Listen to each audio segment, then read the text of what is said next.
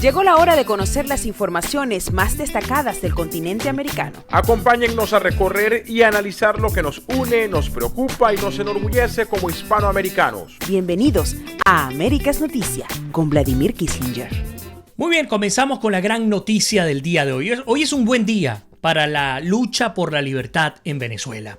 Un buen día de una semana que se esperaba que de alguna manera sirviera de base para comenzar a ver algunos movimientos en términos de escalar el conflicto con el Estado criminal venezolano, pero también en torno a la velocidad en la que se están dando estos movimientos. ¿A dónde voy? Sin mucho rodeo. El Tratado Interamericano de Asistencia Recíproca, o el TIAR, ese que se pensaba que era imposible que se aprobara, fue activado finalmente el día de hoy por la inmensa mayoría de los miembros de este tratado. Esto es histórico. En Venezuela no había sido nunca aplicado este tratado y ya saltamos el paso número 4 hace 2 semanas al paso número 7 y 8, que son los últimos, que tienen que ver fundamentalmente con la implementación del TIAR. Es decir, finalmente está activado el Tratado Interamericano de Asistencia Recíproca. En el caso de Venezuela, por supuesto, hay muchas dudas en torno a cómo se va a aplicar, a qué tan efectivo va a ser. Eso es natural, es algo que nunca ha ocurrido en Venezuela y que muy difícilmente se ha aplicado en nuestro continente. Sin embargo, pues muy importante hacer un recuento de en qué consiste este tratado, cuáles son los alcances de este tratado y cuáles eran los pasos a cumplir para poder llegar a la aplicación del propio tratado. Lo importante es entender que la finalidad del tratado es reiterar para todas las partes que forman a este tratado su voluntad de permanecer unidas dentro de un sistema interamericano compatible con los propósitos y principios de las Naciones Unidas, y además reafirman la existencia del acuerdo que tienen celebrado sobre los asuntos relativos al mantenimiento de la paz y la seguridad internacional que sean susceptibles de acción regional. Esto de entrada, es decir, hay un compendio multilateral de países que todos bajo principios comunes, la democracia, la república, la libertad, los derechos humanos, la estabilidad internacional, la no amenaza, la no intervención, etcétera, pues estos países tienen el derecho y el deber, es decir, la obligación de protegerse a sí mismos y a sus compañeros de cualquier amenaza interna o externa que los perjudique. De allí a que yo he leído en reiteradas oportunidades los artículos 3 y 6 específicamente del Tratado Interamericano de Asistencia Recíproca, que son determinantes. El artículo número 3 hablaba, por ejemplo, de un posible ataque armado por parte de cualquier estado contra un estado americano. Ese no es el caso de Venezuela. Por lo tanto, la aprobación de esta activación del Tratado Interamericano no ha sucedido a partir del artículo 3, pero sí, como les comentaba, a partir del artículo 6, que les decía, es que cualquier jurista se podía sentar en esa sala con los representantes de los países miembros del TIAR y al presentar el artículo 6, simplemente al leerlo, pues daría la base para justificar la activación del TIAR, de este tratado. Fíjense, para los que no lo recuerdan, dice si la inviolabilidad o la integridad del territorio o la soberanía o la independencia política de cualquier estado americano fueren afectadas por una agresión que no sea ataque armado o por un conflicto extracontinental o intracontinental o por cualquier otro hecho o situación que se pueda poner en peligro la paz de América, el órgano de consulta se reunirá inmediatamente, cosa que ha ocurrido, a fin de acordar las medidas que en caso de agresión se deben tomar en ayuda del agredido o en todo caso las que convenga tomar para la defensa común y para el mantenimiento de la paz y la seguridad del continente. Así que muy importante lo que está ocurriendo hoy día en el seno de las Naciones Unidas. Por supuesto, no tiene nada que ver la aprobación del TIAR con las Naciones Unidas. Esto quiero aclararlo. Las Naciones Unidas no sirven para absolutamente nada. Y yo se los he comentado a ustedes. El mejor ejemplo es la presentación del informe y además la presentación de la actualización del informe por parte del Alto Comisionado de las Naciones Unidas para los Derechos Humanos, Michelle Bachelet, y pues sencillamente no hubo ningún tipo de activación al respecto por parte de la ONU. Por ahí nos pregunta Henry, me parece bien oportuno, ¿y por qué no se aplicó el TIAR en el caso de las Malvinas? Sencillo, es doloroso, pero es sencillo.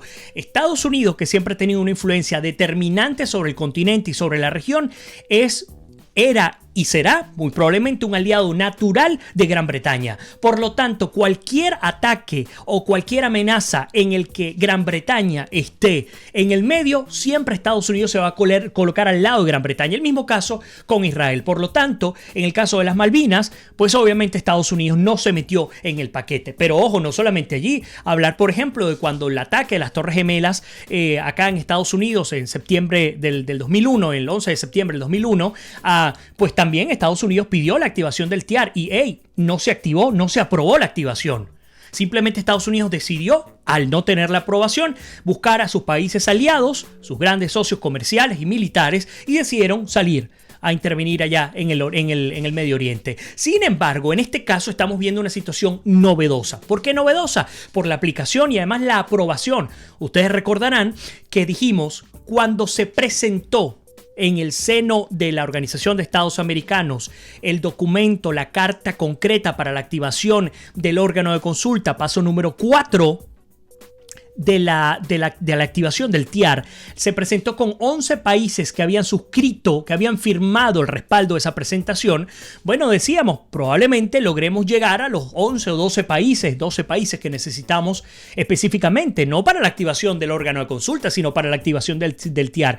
No sé si ustedes están de acuerdo o si lo conocen, pero resulta que justamente hace que será hora y media, 2 horas, la votación para activar el Tratado de Interamericano de Asistencia Recíproca fue la siguiente. Son 19 Estados miembros, ¿cierto? Hubo 16 votos a favor. 16 votos a favor. Yo creo que ni siquiera la delegación venezolana se lo esperaba. Un voto en contra, 2 abstenciones. Eso fue lo que hubo. Estamos viendo en términos concretos cómo los países miembros del TIAR, que todos forman parte de nuestro continente, afortunadamente están lo suficientemente conscientes de la necesidad de aplicar el TIAR. Ahora, ¿cómo se va a aplicar? Eso es un tema que vamos a discutir. Ahora, quiero recordarles cómo fue el proceso en el que se inició toda esta solicitud del TIAR, para que estemos claros en términos de expectativas y de tiempos. Por ejemplo, arranco por acá. Por ahí nos dice, completo, pídemelo. Bueno, por allí creo que me está escribiendo algo nuestra querida Raquel desde Australia, hablándonos de un hijo de Tarek William Saab. Bueno, seguramente vamos a tener oportunidad de conversar con eso, pero bueno, de hablar de eso. Pero bueno, les decía, el 23 de julio eran los 6 meses, se cumplían los 6 meses del mandato del interino del presidente Juan Guaidó. El 23 de julio la propia Asamblea Nacional aprobó la reincorporación de Venezuela al TIAR. Es decir, ni siquiera se había presentado el documento ante la Secretaría General de la OEA, de la Organización de Estados Americanos. La Asamblea Nacional aprueba el 23 de julio. ¿Estamos a qué? Justamente 23 de septiembre. Es decir, agosto, septiembre. En 2 meses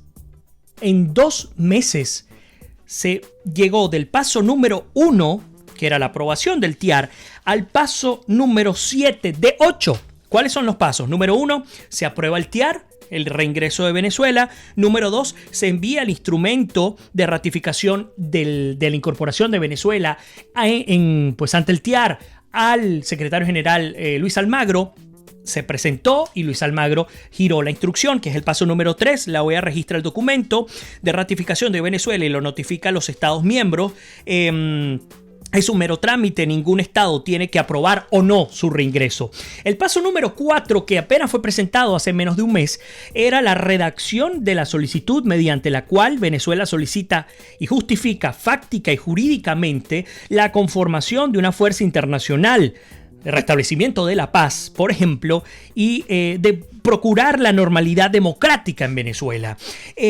Para allí, por ejemplo, se pediría con carácter de urgencia la reunión inmediata del órgano de consulta, que lo indica el artículo 6. Ese órgano de consulta se activó, se reunió hoy y aprobó la activación del Tratado Interamericano de Asistencia Recíproca. Así que insisto, es bien importante lo que está ocurriendo ahora internacionalmente de cara a la lucha por la libertad en Venezuela. No estoy diciendo que ya esté resuelto el problema, obviamente no lo está, y vamos a ver por qué no lo está. Y eso, digamos, lo vamos a descubrir en el artículo 8 del TIAR. Sin embargo, sí nos parece bastante interesante cómo en apenas 2 meses se ha logrado ir del paso 1 a prácticamente tener listo el TIAR para su aplicación. Fíjense ustedes, el paso número 5 era la presentación, o va a ser la presentación ante el Consejo Permanente de la OEA. Aquí es donde hay un punto que peligra la efectividad del tratado, porque el Consejo Permanente de la OEA está planificado para sesionar en 2 meses. Obviamente hay que procurar, si es que existe alguna vía legal, para adelantarlo. Pero siendo así, el número 7 dice lo siguiente: de ser aprobado, que ya es un hecho la activación, definiría la asistencia que cada estado quiera aportar. Y esto es importante para hablar de expectativas. Se le da un ultimátum al régimen y finalmente el número 8, el órgano de consulta establece los términos y condiciones de la aplicación del TIAR. Yo quiero que le presten, antes de comentar sus opiniones, quiero que le prestemos muchísima atención al artículo número 8 del Tratado Interamericano de Asistencia Recíproca. ¿Qué dice este tratado? Dice lo siguiente, que es justamente, y es que son tantas ideas que por supuesto me cuesta hilarlas. Algo importante es que el vocero justamente del órgano de consulta, y yo se los decía a ustedes durante la semana pasada, que era indispensable el cambio de actores. Tenía que cambiar como primer gran actor internacional Estados Unidos. ¿Por quién? Por Colombia. Y resulta que Colombia ha tomado ese liderazgo. Vimos al canciller Carlos Holmes Trujillo, bueno, pues tomando la batuta y dando las declaraciones concretas y la información en la cual finalmente se aprueba el tratado, la activación del Tratado Interamericano de Asistencia Recíproca. Bueno, el propio canciller Carlos Holmes Trujillo, canciller de la República de Colombia, dijo: hey, ahora lo que falta en reunión de cancilleres en la Asamblea General de la Organización de Estados Americanos es definir cómo va a ser la metodología de aplicación que está contemplada en el artículo 8. ¿Qué dice el artículo 8 del tratado? Dice lo siguiente: para los efectos de este tratado, las medidas que el órgano de consulta acuerde comprenderán una o más de las siguientes. Escuchen bien todos los elementos y van a entender por qué les he dicho que en términos prácticos el TIAR ya ha sido aplicado en Venezuela, está siendo actualmente aplicado en Venezuela. Por lo tanto, lo que tendríamos que ver es si el resto de los países que aprobaron se incorporan a la aplicación. Pareciera que este va a ser un primer paso en términos de sanciones, de alguna manera de persecución al narcoestado y a los miembros del narcoestado. Se está hablando ya de extradición, se está hablando de congelar los bienes. Ya en términos generales, todos los países miembros del TIAR, ya no es Estados Unidos, ya no es Colombia, ya estamos hablando de todos los países que forman parte del TIAR, que son 19 los países que tendrían que arroparse bajo la activación de este tratado. Entonces, ¿cuáles son esos elementos? Se los destaco a continuación. Y por cierto, gracias por compartir. Aquellos que están conectados en este momento en Facebook Live, les quiero pedir que nos apoyen compartiendo. Van a la parte inferior izquierda y de esa manera pues seguramente estaremos llegando a muchísimos venezolanos que no tienen la oportunidad de recibir esta información de manera oportuna. Entonces, ¿cuáles son, insisto, las siguientes medidas? Son las que les voy a presentar. Primero, retiro a los jefes de misión diplomática, la ruptura de relaciones diplomáticas, la ruptura de relaciones consulares, la interrupción parcial o total de relaciones económicas o de las comunicaciones ferroviarias, marítimas, aéreas, postales, telegráficas, telefónicas, telefónicas o radiotelegráficas. Y, por supuesto, el último, que afortunadamente no fue descartado, es el empleo de la Fuerza Armada.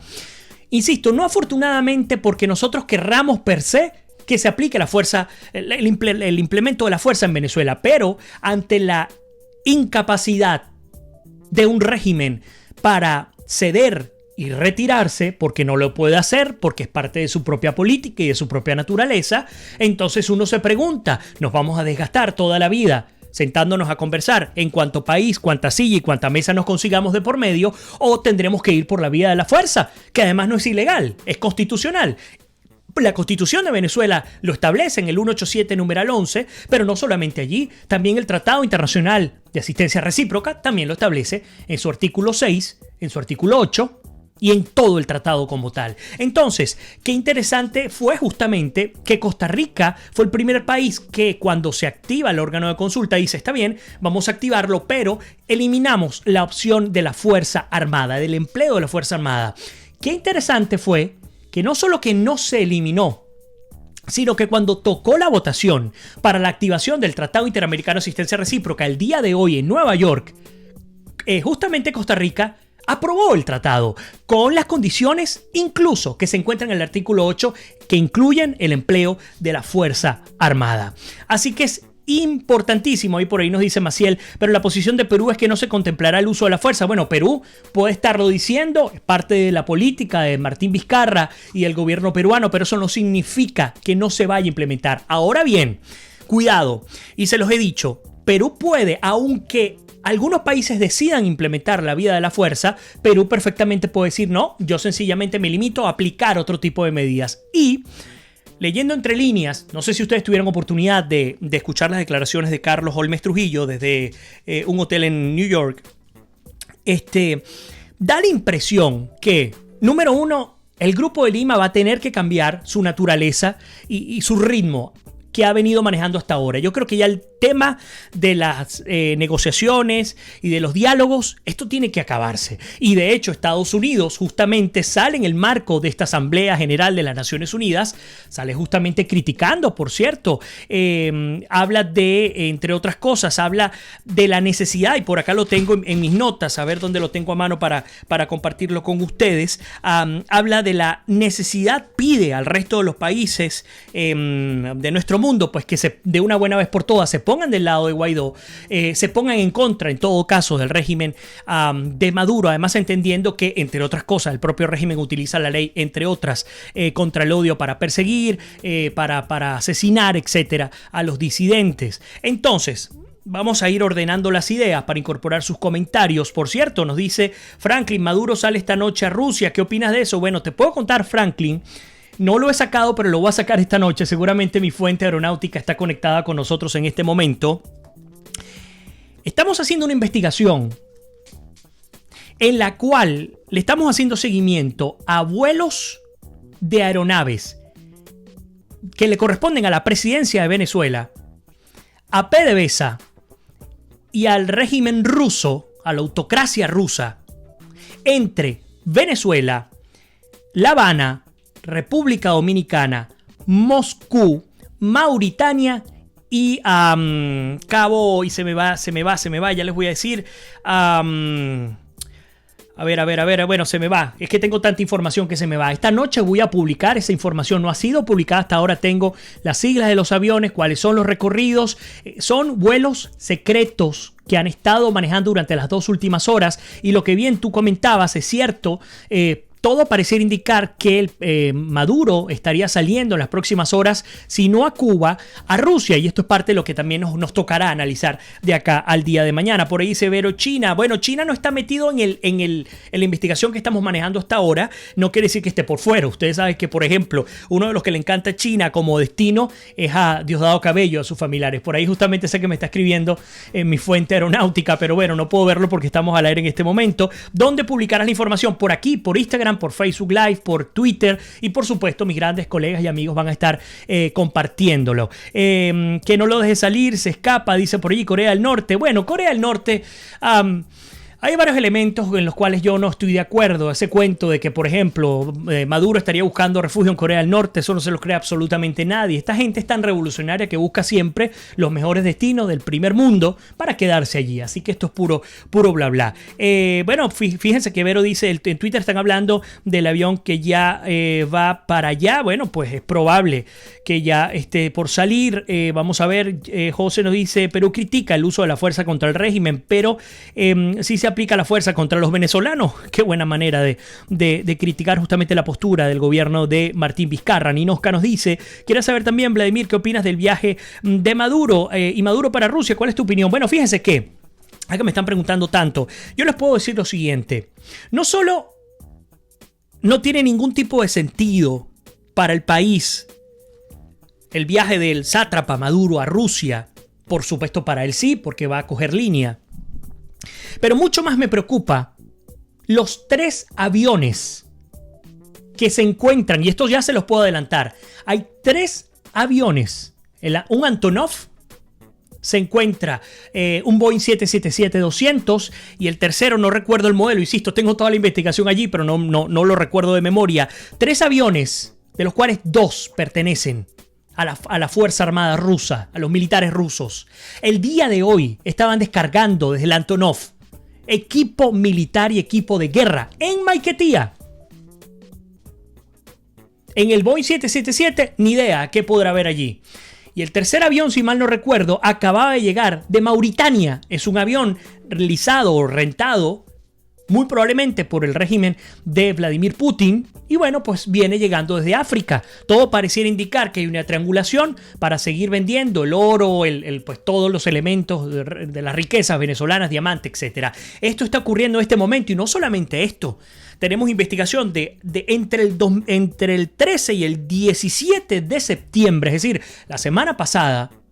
Estuvimos haciendo seguimiento a los vuelos privados de PDVSA, esa PDVSA que está quebrada y muy todo lo que ustedes quieran, pero tenemos los vuelos, las siglas y a dónde han ido. Van y vienen como si fuese un porpuesto, como si fuese una perrera, como se le llama en Venezuela, o un autobús a La Habana, a República Dominicana y a otros lugares. Esto está ocurriendo mientras el régimen se apertrecha, se prepara para el peor de los escenarios, insisto. Se tiene que estar preparando. Además, porque si alguien se ha caracterizado por ser estratégico, es justamente el Estado criminal venezolano. ¿Por qué? Porque no se juega cualquier cosa. Fíjense lo que acaba de ocurrir con Fundarredes.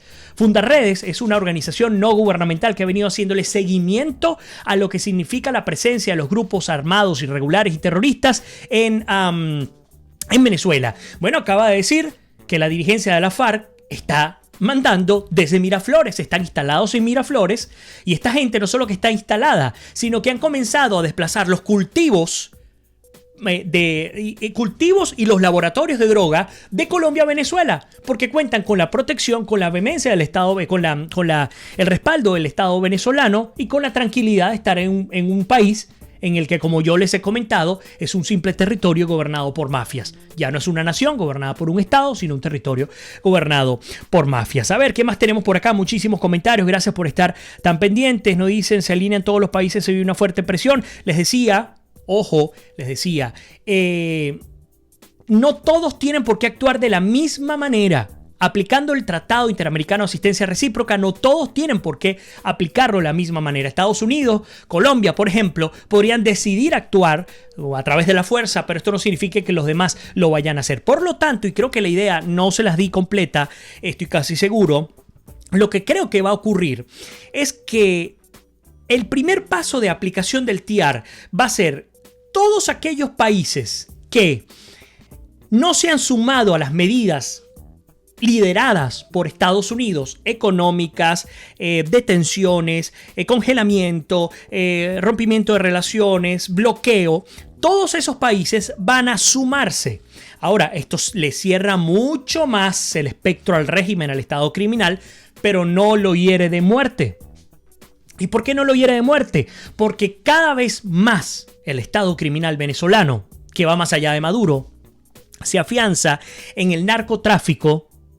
Escúchenlo bien, se afianza en el narcotráfico y en el contrabando de oro, de petróleo, entre otras cosas, para seguir manteniéndose. Es decir, hay ingente cantidad de recursos que hacen que aún aplicándose el TIAR bajo los principios que les estoy comentando, no haya ninguna posibilidad. Ahora, ¿dónde podría haber un cambio de seña? Bueno, donde, aunque sea muy difícil, 2.219 kilómetros de frontera entre Colombia y Venezuela, haya una acción militar para evitar, para reducir todo el contrabando que se ha venido manejando y todas esas, le llaman avenidas de la droga, que es por donde justamente pasan los grandes cargamentos de droga. Si logran detener esos pasos, si logran hacerse con la frontera, igual el caso brasileño, igual el caso de Guyana, pero hacia el mar se logra una especie de bloqueo naval y además el aéreo, que también se ha dicho que no podría salir ningún vuelo desde y hacia Venezuela que pase por los países miembros del TIAR, de esa manera sí se le estaría reduciendo considerablemente la acción al régimen y al Estado criminal venezolano. Esto tampoco lo deja totalmente herido de muerte, porque hay que entender que Rusia se la está jugando fuerte con Venezuela. Rusia tiene muchos intereses en Venezuela, y no por Venezuela en sí, sino por el continente como tal. A diferencia de China, China es el principal acreedor de la deuda externa venezolana junto a Canadá y Estados Unidos, pero China sabe que quien venga va a ser mejor pagador que el que se encuentra. Por eso China ha estado tan callada. ¿Por qué? Bueno, al fin y al cabo, es un estado comunista, pero bajo un sistema capitalista que es el que lo ha hecho flotar de tal manera en la que está compitiendo para ser el principal mercado del mundo. Sigo adelante. Voy por acá, dice Dilia, Mauritania, correcto, Mauritania, santo Dios, y se rebuscan cualquier lugar que puedan apoyarlos. Hey, Mauritania pudiera ser sencillamente un tercer país, un país de paso, de escala. Recordemos que la mayor cantidad de oro que han sacado ilegal e inconstitucionalmente del Banco Central de Venezuela ha ido a parar a países del Medio Oriente. Y qué conveniente es que hagan una parada en África y de allí comiencen a triangular con el resto de los países. Preguntas que uno se hace, por supuesto.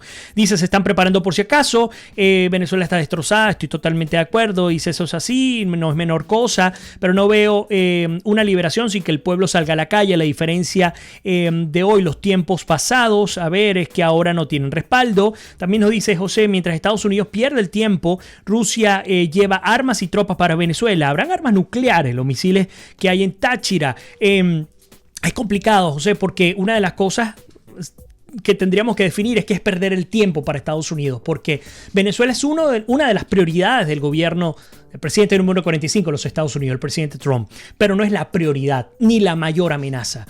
Lo que acaba de ocurrir, el ataque terrorista por parte de Irán a Arabia Saudita, que ha llevado a la reducción del 50% de su producción petrolera, es gravísimo. Las implicaciones, por ejemplo, nucleares también que puede haber en el Medio Oriente es muy grave. Es decir, hay muchos elementos, la guerra comercial con China. Por lo tanto, pues, aunque para nosotros sea perder tiempo, también hay que entender que Estados Unidos tiene otros asuntos de igual o mayor relevancia, tristemente, que atender. Por ahí nos dice, hermano, ¿qué piensa del voto en contra de Uruguay? Bueno, Uruguay siempre decepcionándonos en ese sentido. Uruguay tiene una democracia socialista muy parecida a la europea. Para ellos el concepto de cómo se debe manejar las crisis que ocurren, por ejemplo, con la venezolana, son muy distintos a lo que nosotros entendemos, y el mejor ejemplo es ese, justamente la votación que han tenido en contra. Voy un poco más adelante, dice, pero eso no les importa, los bloqueos por el paso de la droga. Vamos a ver qué más tenemos, muchísimos comentarios. Nazi dice, recopilado, si la ONU no sirve para nada, para ti es equivalente a que al nombramiento de Pizarro, que tampoco sirve para nada. Por allí yo sé que estabas pendiente, y otros más grandes amigos que estaban pendientes de mi opinión sobre el nombramiento de Pizarro. Voy rápido con ese punto porque no creo que debamos desgastarnos en este tema. Sí, en efecto, así como arranqué, voy de nuevo en este momento. Hoy es un día histórico para Venezuela. Esta es una semana histórica para Venezuela por varios elementos. El primero y el más importante es que en el marco de la ONU, que es para lo único que sirve la ONU, a mi modo de parecer y entender, me disculpan los internacionalistas, pero para mí no sirve para nada. Lo único que funciona es para juntar, para aglomerar a un grupo de países, para que estos países fuera de la ONU, pero en el contexto de estas asambleas, puedan llegar a acuerdos como el que acaba de llegar el órgano de consulta de la OEA. Entonces es un gran paso y una gran semana para Venezuela, porque número uno, ya fue activado el TIAR de cara a Venezuela. Historia.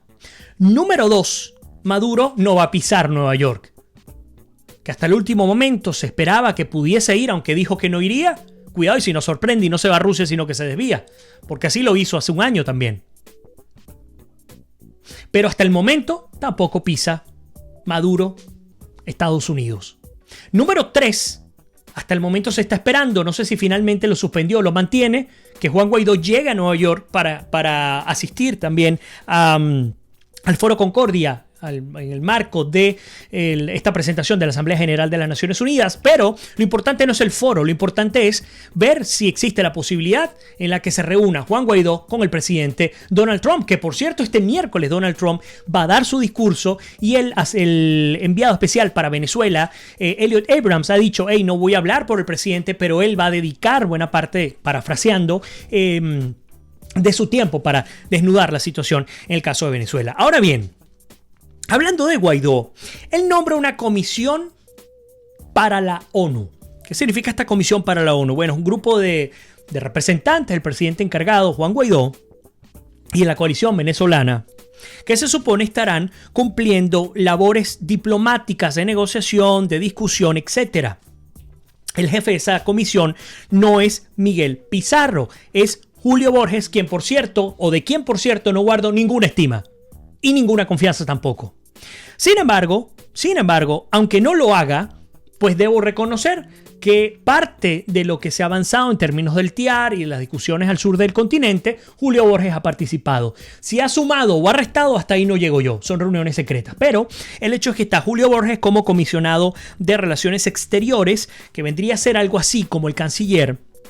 Carlos Vecchio como embajador de Venezuela en Estados Unidos. Yo con Carlos he hablado en varias oportunidades antes de que fuese embajador, por supuesto. Siempre me lo conseguí en Miami, conversábamos sobre la situación en Venezuela. Bueno, por supuesto, una cuota de poder de voluntad popular. Julio Borges es una cuota de poder de primera justicia, porque es que también hay que reconocer lo siguiente. Esto es un gobierno colegiado. ¿Qué significa un gobierno colegiado? Donde el sistema no es presidencial, es parlamentario. ¿Por qué? Porque un grupo de partidos llegaron a un acuerdo, digamos, mancomunado para cogobernar junto a Guaidó el destino del país durante este tiempo. Ojo, qué bueno que, por ejemplo, hayan decidido dejarlo permanecer allí como presidente de la Asamblea Nacional y como presidente encargado, porque incluso Estados Unidos ha pedido el respaldo, aunque, insisto, cada vez es mayor la crítica al presidente Juan Guaidó, pero sí hay que reconocer que se le pidió que fuese juramentado, lo hizo, que se le pidió que aprobaran en el seno de la Asamblea Nacional el TIAR y lo hicieron, se le pidió que giraran la misiva a la OEA, lo hicieron, se pidió que se activara el órgano de consulta, se activó y pues se pidió que se aprobara y ya se aprobó el TIAR. Por lo menos esa la ganamos, finalmente, aunque sea esa la venimos ganando. Pese a todas las críticas, entre ellas lo primero, el cuento de la necesidad de ir a un proceso de negociación, que eso todos sabíamos que no iba a servir para absolutamente nada. Ok, pero, entonces, Julio Borges, no guardo ninguna estima, ahí está, ni pena ni gloria. Yo les decía a ustedes, qué interesante es ver que uno de las exigencias de la dictadura, de la tiranía, del narcoestado venezolano, era que el presidente Guaidó y que la coalición liderada por Guaidó le pidiera a Estados Unidos que eliminara el bloqueo hacia Venezuela. Yo les decía, qué bueno es que ni Guaidó ni ningún político en Venezuela tiene la capacidad de pedirle a Estados Unidos que lo haga. Y no porque yo sea apátrida, porque alguien pudiera decir, bueno, pero qué maravilla, tú eres venezolano y me estás diciendo que qué bueno que tú no tengas la capacidad de pedirle a un tercer país que le quite el bloqueo a tu país. Les respondo la razón. ¿Por qué? Porque lo que sí se ha descubierto es que nuestros políticos venezolanos son muy fácilmente chantajeables, son muy fácilmente amenazables. Por lo tanto, así como lo dijo en su oportunidad antes de que saliera del cargo, John Bolton dijo: esta sanción, este bloqueo que se aplicó el 5 de agosto es muy serio. Hace 30 años no se aplicaba un bloqueo total en el continente. Y se aplicó una vez en Nicaragua y en Panamá y funcionó. Y dijo, en esta oportunidad va a funcionar en Venezuela y en Cuba. Yo en aquel momento, y aquí sigo teniendo las dudas, ¿por qué en Cuba no ha funcionado? ¿Por qué habría de funcionar en Venezuela? Hasta el momento, desde el 5 de agosto, ya estamos terminando septiembre, yo no veo ningún tipo de consecuencia directa para el Estado criminal venezolano. La verdad, no la veo. Pero, en términos prácticos, qué bueno que, aunque esté Julio Borges, aunque esté Carlos Vecchio, aunque esté Miguel Pizarro, esta gente, más allá de tener una aparente representatividad de la coalición liderada por Guaidó, señores, no va a pasar más allá de eso. No van a poder incidir de manera determinante, al menos negativamente. Ojalá que se sumen a la causa. Y ojo, no estoy hablando necesariamente desde el punto de vista peyorativo. A Carlos Vecchio le respeto su liderazgo. A Miguel Pizarro, que por cierto es comisionado para la ayuda humanitaria, le respeto también su manera de ver las cosas. Y para los que lo han criticado por ser comunista o no, yo les voy a decir esto y de esta manera creo que voy a cerrar esa idea. Los que no conocen la historia política de Venezuela deben saber que todos los partidos políticos en Venezuela, incluyendo Acción Democrática, COPEI y todos los demás, todos nacieron bajo el trasnocho del comunismo de la Unión Soviética, señores. Venezuela ha sido un país plagado de socialismo y de comunismo desde la propia fundación de sus partidos políticos, para que lo sepan.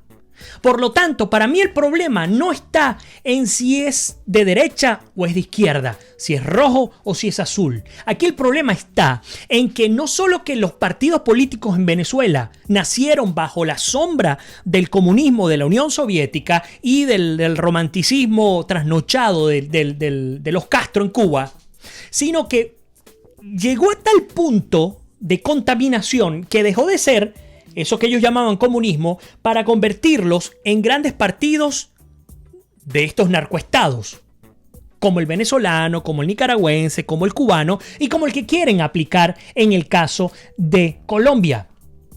Por eso es que es tan serio lo que está pasando y por eso es que era necesario que Colombia tomara la delantera y dijera, ok, Estados Unidos, entendemos que Estados Unidos tiene sus problemas, pero ahora, recuerden que les decía que Estados Unidos tiene otros asuntos que atender, no solamente Venezuela, pero Colombia es distinto. El caso de Colombia, el primer problema internacional que tiene y el gran dolor de cabeza se llama Venezuela. Ahí sí es distinto a Estados Unidos. Por eso es que insisto que Colombia tenía que tomar el liderazgo, el primer lugar. Lástima que Brasil no está de segundo, debería estar de segundo, pero bueno. Brasil es lo suficientemente grande, más de 200 millones de habitantes, prácticamente casi que la mitad del continente. Que bueno, dirá, por allá arriba está Roraima, de allá que lleguen de allá hasta acá, hasta Río de Janeiro, a Sao Paulo, etcétera, Brasilia, le falta mucho. Pero debería estar también de segundo lugar.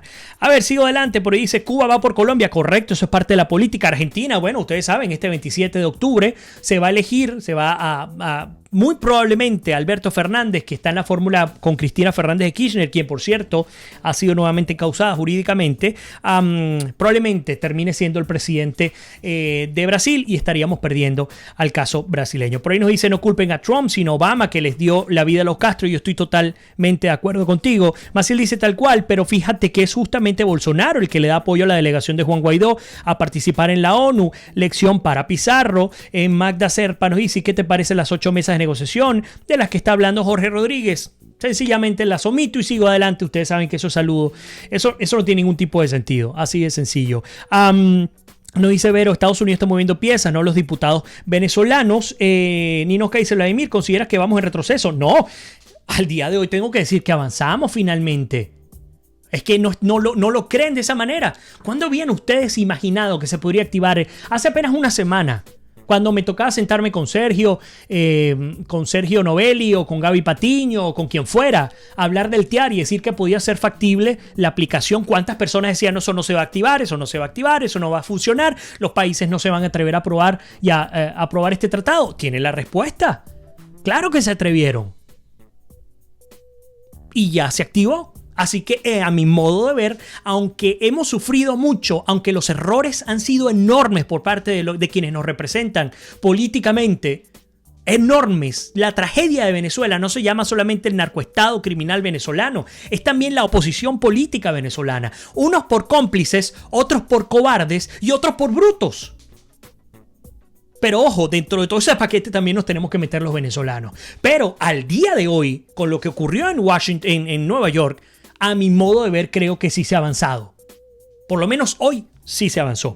Voy acá con el Facebook Live. Gracias a todos, por cierto, por compartir el programa el día de hoy. A los que me están viendo por primera vez, estamos todos los días a las 7 de la noche, hora del este en los Estados Unidos, hora Venezuela, analizando lo que ocurre, lo que acontece en el continente americano. Esther nos dice, de acuerdo contigo, con estas mesas de Rodríguez, le faltó solo la mesa que más focas aplauden. Arsenia dice, Y lo que está pasando también en México y Argentina lleva la misma idea. Si no paran a esa Cristina, correcto lo que está ocurriendo en México en términos de Andrés Manuel López Obrador, aunque hay naturalezas distintas en México, pero aún así vemos con mucha preocupación cómo se están copiando elementos que ya hemos vivido nosotros en otros países, como el caso venezolano. Nuestra queridísima Lina Escobar dice, qué bueno que nombran a Obama. En mi opinión, ese fue inerte, indiferente a la fuerza que estaba cogiendo Chávez y el poder que le estaba dando el aumento del precio del petróleo en su momento. Sin duda, aquí uno de los grandes culpables ha sido Barack Obama, y no solamente con el caso venezolano, sino también con el caso cubano, con el caso iraní también, y hoy se están pagando las consecuencias de las acciones de un presidente que, por cierto, sale de la Casa Blanca luego un segundo mandato con una popularidad altísima, pero internacionalmente hizo mucho daño. Esa es la realidad. Esther dice, no reconocer los logros de Guaidó sería injusto. Nos saluda Jonathan desde Perú. Rosina dice, estamos viendo una luz al final del túnel. Luis Medina nos dice, gracias por informar. Muchísimas gracias a ti. Ya debería haber terminado. Voy a quedarme un par de minutos más.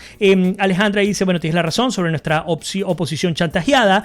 Abreu dice, una sola unión de la oposición. Quiere el país, un solo pensamiento para el país, y todo marcha aún más. Dice, ¿por qué se deben esperar 2 meses? Bueno, porque esto debe pasar por reunión de cancilleres en la Asamblea Permanente de la OEA. Vamos a ver, yo lo que les decía, no conozco en términos internacionales si se puede adelantar, pero espero que sí se logre adelantar. Entonces, bueno, dándole la vuelta o resumiendo, hoy es un día histórico, ha sido finalmente activado el TIAR, el Tratado Interamericano de Asistencia Recíproca. Me voy a los principales medios internacionales. En el caso de Infobae Argentina, titula justamente, los países miembros del TIAR decidieron activar el tratado por la crisis venezolana. Mientras tanto, Mike Pence aseguró que el dictador Nicolás Maduro utiliza la ley contra el odio para perseguir a opositores. También el régimen de Nicolás Maduro ordenó detener a las personas que ayudaron a Juan Guaidó, pero a Juan Guaidó no lo tocan, al salir de Venezuela en febrero pasado. También Estados Unidos y Grupo de Lima condenaron los vínculos de Maduro con los grupos armados y adelantaron que habrá nuevas sanciones contra la dictadura. También los enviados de Juan Guaidó se reunieron con Bachelet, le pidieron que su informe, algo que aplaudimos, o al menos que yo aplaudo, le pidieron que su informe apoye la denuncia contra Maduro en La Haya. También